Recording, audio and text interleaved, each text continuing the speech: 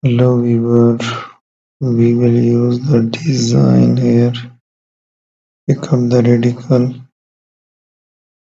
then I will make the new shape.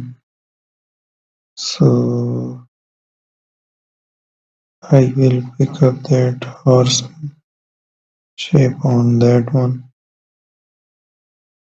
changing the color here,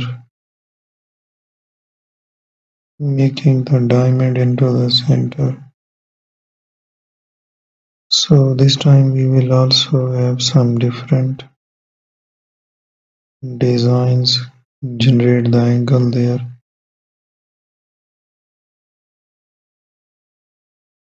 and also we will make the mini shapes over both of them.